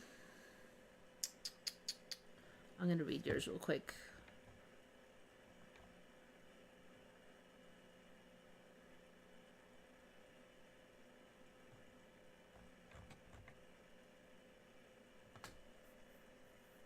So the hand thing has kind of been a work in progress. I've talked about it before that, you know, and I don't think I wasn't the one who first noticed it. Somebody else said, wait, the thumb is lower. I think that was Mandela affected. But I've just been kind of tracking it since then. He's kind of left, but a long time ago. But I've noticed that it has continued and continued and continued since he first noticed it. It's still... Yeah, it was Nebuchadnezzar, and now it's Nebuchadrezzar. Nebuchadrezzar. So you take the N and you put a R. So, I don't know. Is it just coincidence that the N looks like an R? They're saying that that's a different way to translate it or something, but it just seems weird that the N just happens to look like an R anyway.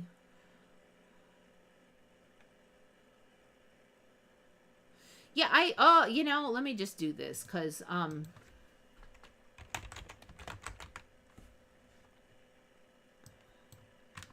was kind of looking online, and some people, it looks a lot more extreme than mine. Mine looked more like human than some of these people. I mean, like, look at this hand. Look, that thumb is definitely bigger than that pinky. That was never a case. And I mean, like, I'm looking at him, I'm like, that doesn't look human. Now look at that one. I mean, those thumbs are too long and they're too low.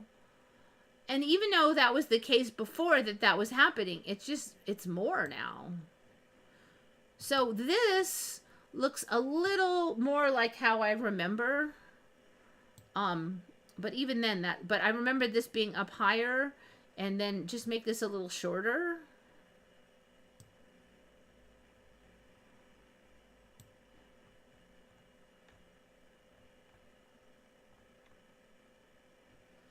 So I'm like looking at this one. I mean, like, look at this is way down here.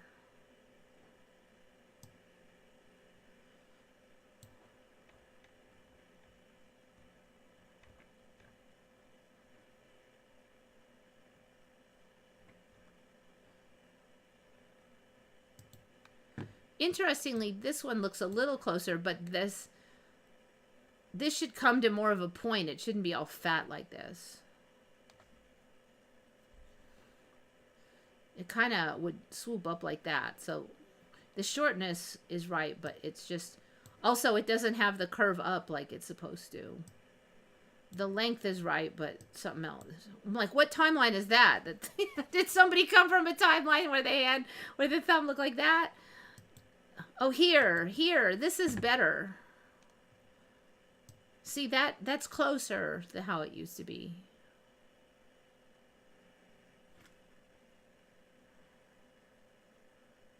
I'm kind of looking at these lines in here, too. I even started kind of looking at the palm reading and stuff, and it used to be way back. I don't know if you remember. It's in a distant timeline, way back. They used to say if you had an M on your palm in lines, the wrinkles, then that meant you were like descended from aliens, which sounded, of course, absolutely ridiculous. And the other thing that made me laugh is almost everybody I checked had an M on their palm. And maybe it wasn't a perfect M, but everybody had it. Like, I don't think I found anybody who didn't. All my family had it. My friends had it. You know, they're not related to me. We all had M. So I'm like, okay, we're all descended from aliens. Like, this is not even special. We all have it. But now, apparently, only 2% of the population have the M. I still have the M, but I left behind, like, everybody else that has the M. And I don't see the M, like, on these images either. So that kind of got me, too. It was kind of, like, random where I stumbled on one of these palm reading ones, and I'm like, I mean, like, look at that hand. Those fingers are so long. It has the M. Oh, my God. It has the M.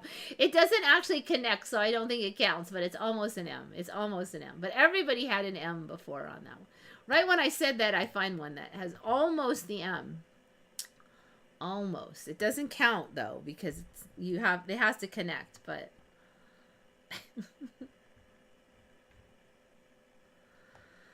I mean, like it would make any sense that you'd have a wrinkle and that means you're descended from aliens. You know, like even then I was laughing about it. Like, where do they come up with this stuff? Um, I don't know. Stuff just looks wrong. It just, this weird stuff just starts. It's like, who gets this stuff going?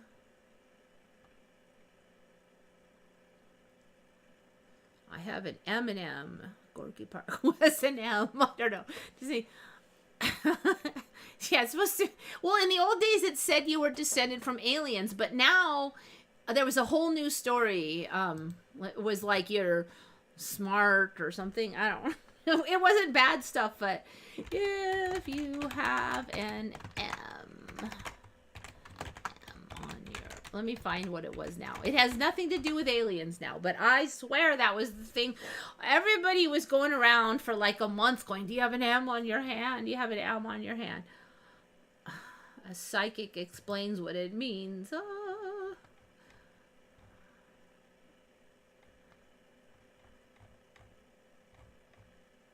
What does an M mean? You are blessed with good fortune. It is a sign of strong intuition and creativity, as well as determination and career growth. An M can mean you tend to overthink or multitask throughout your life, and that can be exhausting. But having both palms with an M will suggest great results coming from your efforts. Anyway, that doesn't have anything to do with aliens now, but it did used to. So, like, this stuff changes so much. I'm not at all surprised it's gone. It's some reason some of these things don't bother me at all. But hydrogen dioxide made me crazy. Why is that? I don't know. M&Ms would be double good, I guess.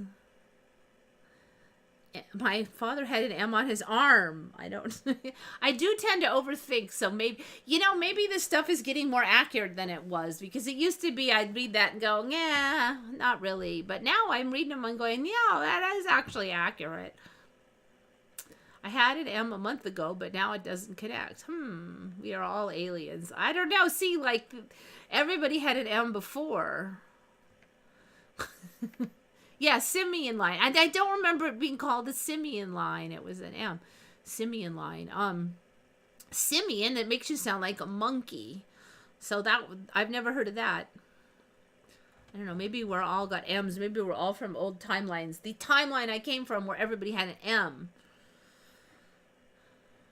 You know what? It looks like I'm falling on. No, here we go. I think I made it too small. I fall off the window there, and then I'm half cut out of the picture. All right. I got 9 minutes. All right, I'll do this one. Treasure Island. I have covered this before, but I think we have been upgraded on Treasure Island in San Francisco, which I don't remember existing. And the whole story was weird because there's this whole now island with not much on it. And if anybody knows San Francisco, and it costs $2,000 a month to rent literally a half a garage and an outhouse if you're lucky. I mean, it is absolutely, the cost of rent is so insane. And yet they have this whole island that they're not really using. All right, so last time I checked, they totally weren't using that island. Like, they're like, oh, well, they're talking about maybe building on it. Yeah, think? I mean, it's not like it just got expensive. It's been expensive for, like, decades. There's no way there'd be a whole island out there, like, fairly big, with nothing on it. So, and there's a bridge to it, okay? And that's the other thing. I thought last I checked, you had to kind of, like, boat out to it. But there's now a bridge. You can just drive, and there always has been. And I don't remember there being a, so there's no reason not to live on it now, basically. You're actually right in the middle of everything, okay? And now they had the Golden Gate International Exposition on. I don't remember there being a 39 International Exposition over there. not on that island. So that kind of freaks me out. So the current story now is that there was a little bit of radioactivity on there from when the military used it, and questions about whether the military cleaned it up. But still, in 2010, there was a total population of 2,500 people. And last time I looked, I don't think that was the population. Last time I looked, there was not. So now they're talking about kicking a bunch of those people off and flattening those buildings and then building a whole bunch of housing on there. But my thing is, this would have been done decades ago. Do you have any idea how expensive it is to be anywhere in like the middle of San Francisco? And this thing is right in the middle of the bay. And I mean, what? There's no way. Logically, there is just no way that would not be built to the hilt. There's no way. There's no way. And if you look at the construction that was on there for that, what did they call that? The 39 exposition.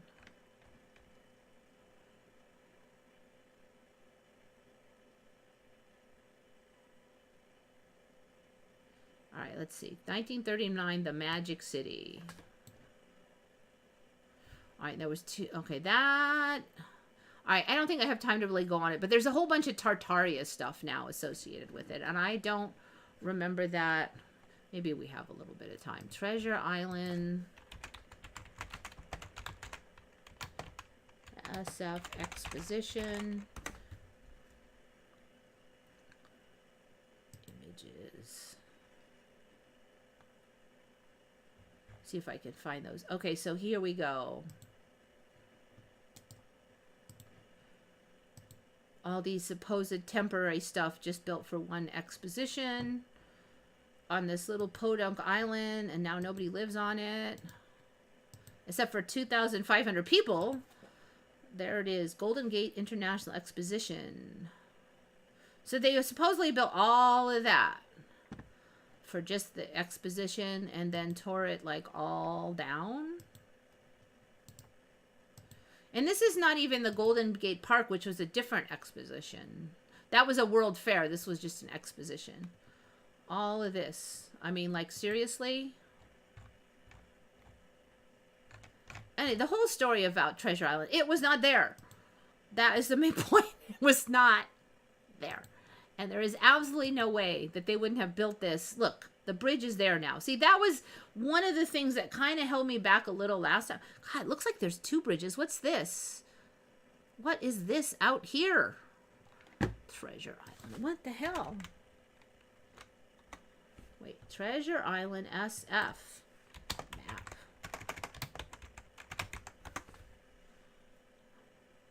Oh, it must be a dock. Okay, because it ends.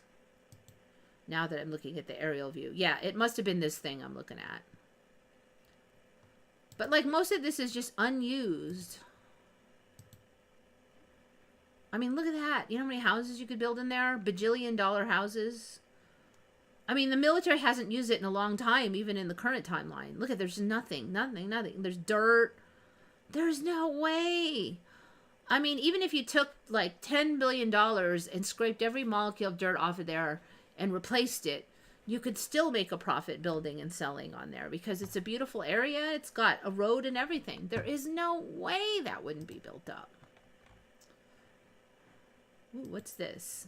A Treasure Island and visit. A cartograph. I don't know. What is a cartograph? I think that's from the exposition. They had water features and all kind of stuff. Yeah, that must be from the exposition.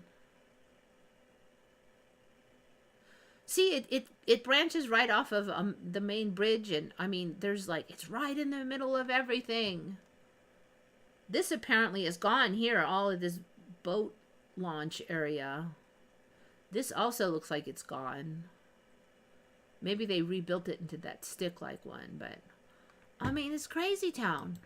All right, so there's no way that was there. All right, and then the last thing is, I know I had these saline oasis things on, like one of them on before. Salt Lake things. But they're getting next level.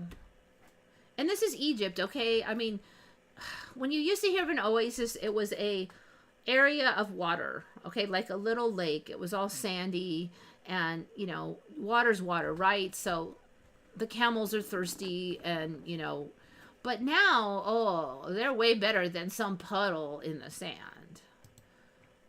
Way better. And though the weird thing is they're saline, so I'm not sure how. Is it like, can you still drink this, or will you get sick? They're pretty saline now, but they're awesome looking. I mean, look at these. One of the most beautiful oases in Egypt. You've got this ridiculously blue water. And there's more and more of these. They're all over the place. It's like these desert places are getting packed. Siwa salt lakes. So there's a bunch of them now. Look at this. In the middle of Egypt's desert. And of course, when it's salty, you float really nice. So you don't have to worry about drowning, because it's really hard because you float. And I guess this is near some neat ruins and stuff. So it's awesome. There's more than one of these lakey things. It's probably nice and warm. Siwa Oasis. So they're not just one oasis. They're oases. I don't know how you do plural. Hidden gem known for its salty lakes and springs. Known for it. I have never even heard of this, but high salt concentration water allows swimmers to effortlessly float above the surface. Siwa Oasis. Now, for me, the oasis meant like one pond. One. But now it's has hundreds of salt pools spread throughout the region, including hot and cold salt pools and salty and freshwater springs. Okay. So you got some for swimming and some for drinking. Isn't that nice? The pools are part of a salt mine outside of the town, and visitors can find location for their visit for free in a travel guide on Instagram. Siwans carve the salt into lamps that are said to filter the air when illuminated. The salty waters are said to cure sinuses, blah, blah, blah. All you need to know about Egypt's mind-blowing Siwa Salt Lake. The Zaytoun Lake. See, there's like boat. Look at these things. So, you know, like a year or two ago, maybe it was like a year ago, I had like one of these on, but now there's just, they're like spread. They're spread and spread and spread. It's just crazy. All right, so that's it. I think I got everything. I have one more, but I'm saving it for next week because in case I need a thumbnail for next week. It's just it's an animal one that somebody gave me. I'm saving it. Then I'm like, won't have to stress out, because sometimes I find some Mandelas, but I have nothing for the thumbnail, and then I'm all stressing out looking for one for the thumbnail. And I'm like, I'm going to get smart and just like save one for the thumbnail. Yeah, I've got like 1 minute left, so yes, I do have to go. So yeah, I don't know if anybody ever heard of all those beautiful salt lakes in Egypt, but Egypt's styling now and big. All right, guys, thanks for everything. Thanks for coming. You know the drill. Think good thoughts, everyone. Have a good week. This is Eva signing off for Once Upon a Timeline.